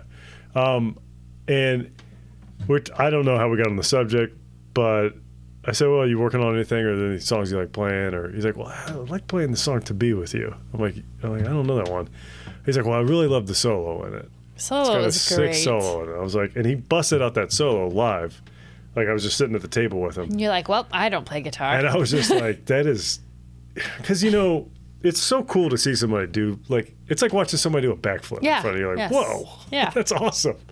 And but he busted that full solo. I think he probably played it perfectly. I don't think it wouldn't have mattered. Especially if you yourself have been trying to do anything at all on the guitar, you have any frame of reference for how hard what he was doing was. Like, holy yeah. smokes. And it ends with the harmonics. Yeah. But that solo is, I mean, in a way, that was one of the few things. If I had to pick like the biggest things that have got me into the guitar, like I was like, whoa. I mean, it just blew me away watching him do that. Did you feel like you could ever do it? No. But now you can do it. Well, yeah, that's arguable.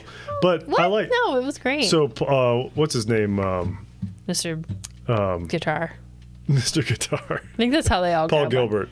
Paul Gilbert was the guitar player for Mr. Big. He was a Racer X. I saw him play with. Do you know who Guthrie Govan is by any chance? No. They're both. Anyways, Paul. I keep wanting to say my friend. My friend. Paul. Our friend Paul. Oh, right. Yeah. Yeah. But he is a absolute like top tier, like upper echelon guitar player kind of guy. Yeah. He is. I've listened. I'm not a huge fan of his, like in terms of I haven't consumed a lot of his work, but I have listened to a lot of his solo stuff too. He's phenomenal, and I listened to quite a bit of Mr. Big this week. Not really my thing, but his guitar playing is definitely my thing. I love it. But on this song, it's so lean. Yeah, there's not a lot. But it's also like it's kind of jazzy in the sense that he's basically soloing with chords. Yeah. It's and really he doesn't beautiful. really do his trademark, the shredding. That's almost just like a little kiss at the end with the shredding. But it's just going into, which I like that getting that down took me forever, but it's kind of like it was like the rhythm part of it. I was like, how do I slide this in? Because you got to slide it, and he kind of does this. It almost makes you think you're getting out of rhythm. Yes. When you hear it, you're like, he's not going to land that. But I finally figured out it was just if I just played it like I was going to go. Yeah. So instead of doing that, though, I'm doing this Just run. do the notes. Yeah.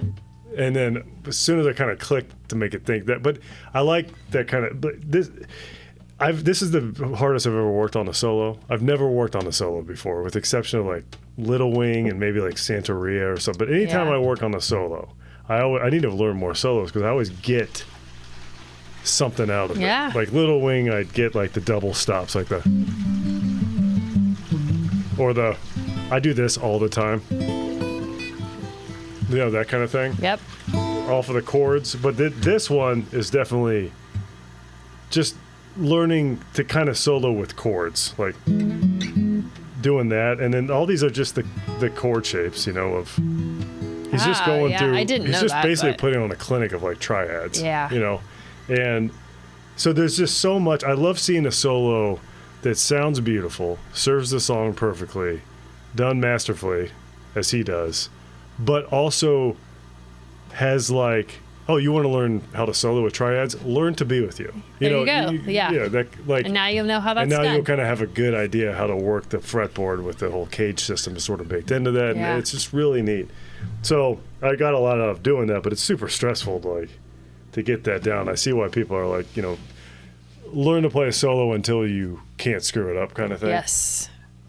So I just wanted to talk about that quite a bit. Paul Gilbert is a stud. The guy who wrote the song is, what's his name? Edward Martin. So these guys, Billy Sheehan was a bass player. We listened to him and Richie Kotzen doing and Winery Dogs. Do you remember when we listened to that album? My boss, the superintendent, recommended it. Okay. Just like a super group. So, but both those dudes. Yeah. So Richie Kotzen came in and replaced both Paul Gilbert and Martin from Mr. Big, and he did both vocals and Gilbert's lead guitar. The guy's a beast. Wow. I heard his version of this, his cover. It's fine. It's cool. I mean, this isn't really my music, really, but I do love this. I really did like this era where It's a way better rock ballad than a lot of rock ballads. You got this. You got More Than Words, Patience. You got these like kind of hard rockers. Yeah. Doing these soft ballads. Must have been a thing, But huh? it was a thing. You know, Poison. Yeah. Every Rose Has Its Thorn. Yeah, that's a terrible. I mean, it's a fine It's song. fine, but I feel this like is better. I feel like those three songs are like Way better. the peak of whatever this Yeah. is, and they're all around the same area. That's got really cold down here. But he wrote. sorry. He wrote this song about a girl. He wrote this actually. So More Than Words, that came out I think in maybe '90, like Extreme. And I only compare it because they both have like black and white videos. If you haven't seen the video for this song or More Than Words, you need to go watch them back to back because it will make you laugh. Yeah, this video was shot in like a railroad car, and the whole band just sitting around clapping. And Yeah, like just in their cool long hair, and the lead singer is very pretty. Yeah, For a man. He looks like he looks like a man, but he looks like a man, but he's a pretty woman, man. He looks well. But he wrote this together. song about a girl when he was in high school or something, and the Waiting on a Line of Greens and Blues. Did you look that up? I did. What is it? It's really specific. So Waiting on a Line, I think, was kind of just more of a artistic choice for waiting in line because this girl was desired by everybody, and he's just in line. Yeah. Of Greens and Blues, Which is appropriate for us. Isn't that something? That's something. Well, I'll be. Yeah. Greens and Blues. Apparently, at some point, she gave him like a mood ring. They'd go from blue when you're sad and green when you're happy. So he was referring to, he was waiting in line and his mood ring is going back and forth between greens and blues. Wow. Isn't that something? That's a stretch. I mean, I like singing it, but I don't really care about that meaning. I thought it was nice. It's fine. It serves well in the music. It's very much like when you find out that like a 15-year-old wrote this song, you're like, oh, okay. Aww. It kind of makes well, sense. that'll make sense when we get to the covers for me because mine are just. I did listen to a few. I want to hear your covers. I listened to a few covers of like actual. Do you have people. a covers award? I do. I'm only saying that because we're 7 minutes over our time. Gotcha. I listened to Westlife do it. It was fine. It was basically just a 1-to-1 cover. Alistair and Nicotine were two kind of punkish versions I didn't really love. They were fine. That's just not my thing. DJ Dexstream was kind of almost like a hip hop piano kind of. There's some of the. You've played a few piano songs for me that this reminded me of one song. I didn't write it down. I was driving or when I was listening to this, but if you want to hear like a kind of a semi hip hop version of with a female singing and some neat piano going on, listen to DJ Dexstream do it. I told you Richie Kotzen. That's the Winery Dogs guy, the guy who was actually in Mr. Big. Shioni Yukawa. Is that person Japanese? She's Japanese. This is almost like a Zydeco kind of, like Zydeco sort of, like a Creole kind of New Orleans sort of accordion kind of sound. Yeah. It sounds, and she's like English is definitely not her first language. Like she said, I'm not making fun of her. But she says waiting on a Rhine, so like, but I'm not making. I swear it sounds like I'm making fun of it. I'm not. I love it. This is actually my favorite. It's my favorite cover I heard, and she gets the Nobody Award because she has like 1,000 subscribers. All right. So. Just like us. Her voice is really cool. The music on it is really cool. It's an interesting take on it. It's the most different version of the song I heard. That you liked. And I really liked it. I actually really enjoyed it. Good job, Shioni. To the whole thing. And what were your...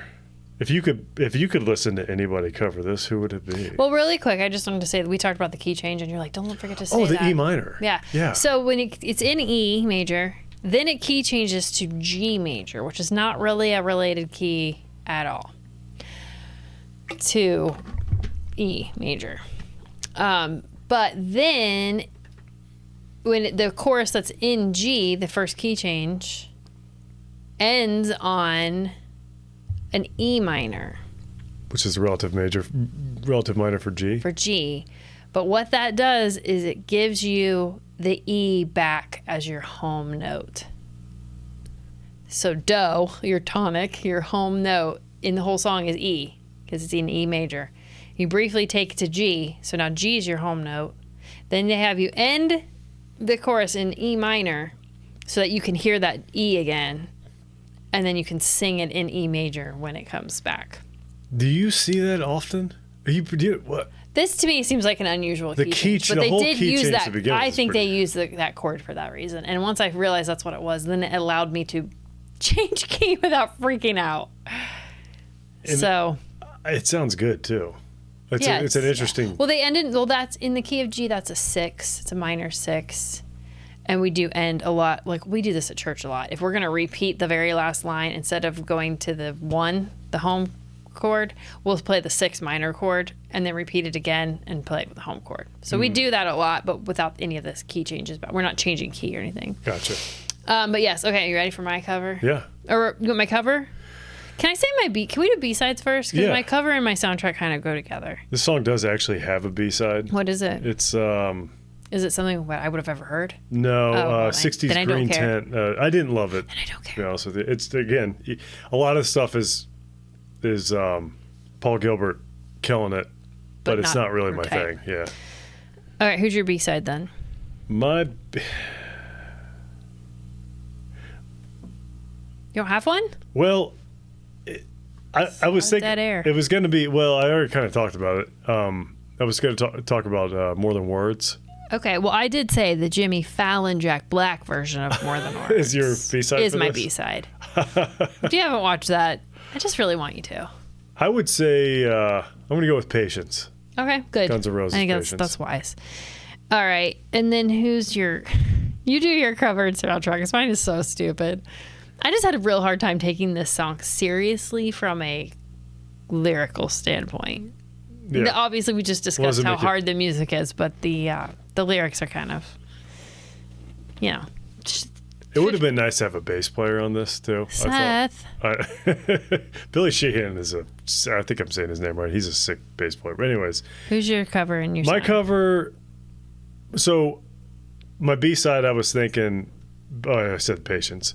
My cover, originally I was thinking, okay, we get Slash and Nuno Bettencourt. He's the extreme guitar player. Okay. And Paul Gilbert. Okay. Together, we get the Minneapolis Six. Oh my gosh, from Bob Dylan. And they just do this huge medley of Patience, More Than Words, and this one. But they all but it's all instrumental, of course. Yeah. And they all play their own song, all the lines they all take turns. So it'd be like a 40-minute song. I like it. Yeah. I'd listen. But then, because I already picked one of those as my B-side, I'm going to go with, there's this album I really like with Mark Knopfler and Chet Atkins. Okay. And Mark Knopfler can sing. He's from Dire Straits, but he can also play. And Chet Atkins can do both as well. Yes. I like to hear them do this. It'd be sweet. That's cool. Yeah. Do you have a soundtrack? Yeah, I picked, because I was thinking high school, trying to think of high school movies. I think Better Off Dead. I want to see, because do you remember that movie? Did we watch that? We should do that. I love that movie. That's such an underrated movie. Is that the one with the skiing? Yeah, we watched that. Yeah. John Cusack. Because you got this girl, he's got his girl, Beth, who everybody loves, and that's kind of like a joke. But then you got the little French girl. Oh, And the neighbor, she across the street? Yes. Yeah. And then you got the green and blue. I was thinking maybe the Jello that the mom makes. Oh my gosh. Yeah. I don't really remember that part, but I don't know if I was lazy or having too much fun, but I just want to watch that movie again, I think is what it is. I feel like this would fit nicely into the Shrek universe. And I think Shrek and Donkey could really, like, Donkey could do the main part, which I guess is really so it's between the two of them? Yeah, and then Shrek could come in on the chorus. I think you're onto something. I think so. And because they use a lot of contemporary music too. And I felt like remember the credits when they do the "And I saw her face," Eddie Murphy. Right? Oh yeah. Yeah. So I guess it's Eddie Murphy. Sister Act 2 a little bit. I guess It's so. a little bit Yeah. like that, right? With the but I just feel like it would fit really well into like any DreamWorks movie, because it's hard for me to take it seriously. Especially after we watched the video. Oh, those vests. There's a lot of angsty face shots. A lot of cool hair, a lot of nice. I feel like everybody had like 4 awesome vests on, but I don't think they did. Like at a time? Yeah. I don't think so. Like they went to Deb's. They went to Glamour Shots by Deb. They found some vests. Nice vest I can wear. Oh man, but that was fun. It was hard. I feel like I can't believe we got it in 2 takes, maybe really 1. Yeah, we might just go with the first one. Yeah, it's not perfect, guys, but it was fun. It's definitely better than the version we did when I was in college. I was pretty much afraid to sing. It was. I can play bar chords now. So. Oh my gosh, we're 2 growing people. Yay! All right. Cool. Anything else you want to say? No, I'm. Hey guys, follow us on YouTube. Subscribe. Like if you like. We're also on Instagram. The audience won't like it. We're also on all the podcast platforms. And if you want to email us, that's a little different. It's a little bit different. Take notes. It's called audience won't like it @gmail.com. Audience won't like it @gmail.com. Yep. But the audience won't like it is our show. It is their show, and it's our Instagram, and it's our YouTube. And maybe look for a line next time. Maybe a ballet bar. Oh yeah, we might be standing up next time. It's a podcast about 2 people waiting in a ballet bar for a concert. That's right. That they're going to perform in for the audience. But not ballet. That they're going to hate. But maybe ballet. Maybe. We don't know. Spandau Ballet. I'm working on that song with my buddy Raj. Are you really? Yeah. True? Yeah. Yeah. Nice. Have you seen Will Ferrell do that? No, but I'm going to have to. Yeah. All right, guys. Peace out. Bye. Mwah. Who are you kissing? Anyone. Anyone who wants to be. Anybody who wants kisses.